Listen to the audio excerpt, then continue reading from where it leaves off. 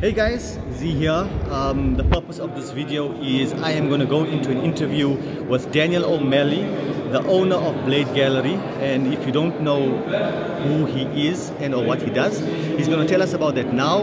I've got a couple of questions that I'm going to pose to him, and he's going to give us some good advice in terms of what we need to do in order to get noticed by guys like him, in order to better the work that we do, and hopefully sell some knives to the American market. So here we have Daniel. Thank you for spending time with me, Daniel. If you can just give us a brief introduction of yourself and what you do, I'd really appreciate it. Absolutely. Blade Gallery is a project that started back in 1996. At that point I was just finishing my apprenticeship as a bladesmith under Bob Kramer.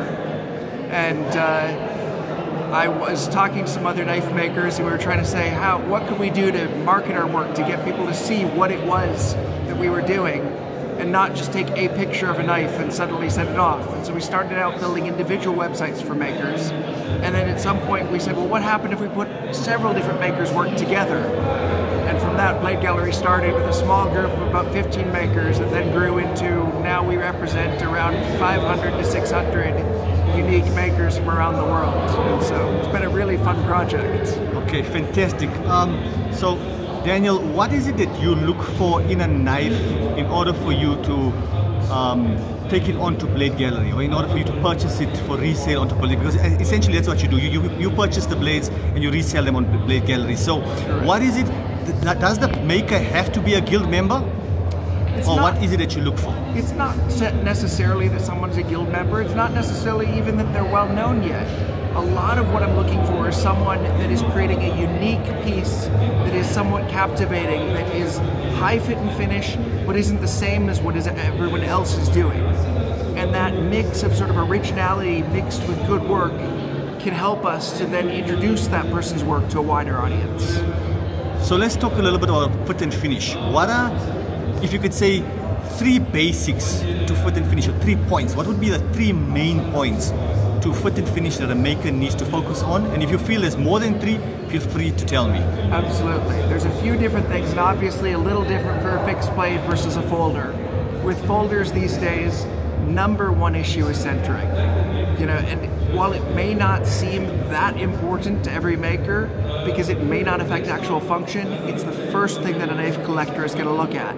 Is that blade perfectly centered when it's closed?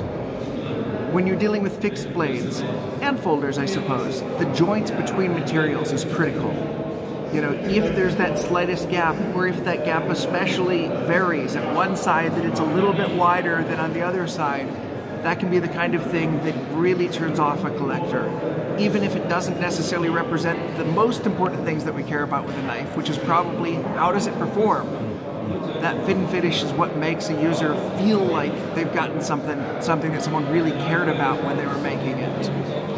I think beyond that, you want to look at quality materials.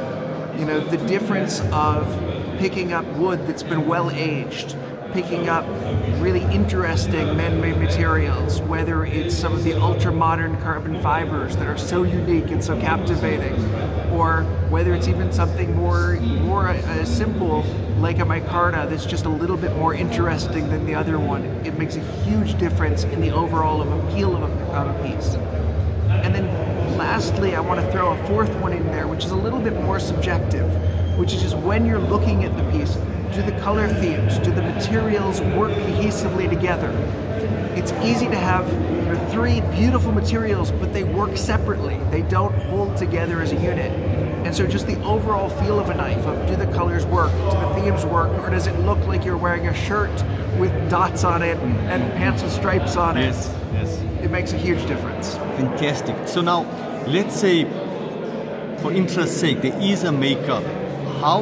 What do they need to do in order to get recognized by somebody like you? Well, certainly when we're traveling to shows, I'm always looking to see if there's a maker whose work I haven't yet seen who's doing something interesting. Yes. But certainly I can't emphasize enough, having a web presence is important. Whether it's Instagram, whether it's Facebook, whether it's one's own website, something that I and then other makers and other buyers can look at that maker's work and get an idea not just of the 5 pieces that they might have in a show, but of the wider range of their work, how those pieces fit in. Are these the best pieces that the maker's ever made, or are they a mediocre sampling of them? And so that can be really helpful in understanding, is this maker's work a good investment in the long run? Fantastic, fantastic. I think that about covers the questions I had. Is there any bits of wisdom or advice that you can give to young and aspiring up-and-coming makers? Well, I would say one of the most important ones is that there is that big temptation to say, I want to become a full-time knife maker. And certainly there's a value to that, and there's a pride in knowing this is what I do, this is how I support myself. That said, it's important to do that at the right time. It's easy to become a successful part-time knife maker who, when you go full-time, it begins to feel a lot like work, and your passion is no longer enjoyable. And so making sure that you are at a cusp where if you had a few more hours to make knives, that you could then benefit your career in knife making, that can be tremendously a good time to go full time. If on the other hand, you're building up knives, you're producing great work, but they're not yet known, I'd wait a little bit while so that it stays the fun and passion that it is. Fantastic. Daniel, I know your time is valuable. Thank you so much for your time. I really appreciate it. I had a fantastic time. Thank you. Guys, you've heard it from the man himself, Daniel O'Malley, who's been supporting South African knife makers for quite a long time. Take his words to heart. Use them, because remember, I'm not here just to sell you stuff. I want to see you make better knives. See you out.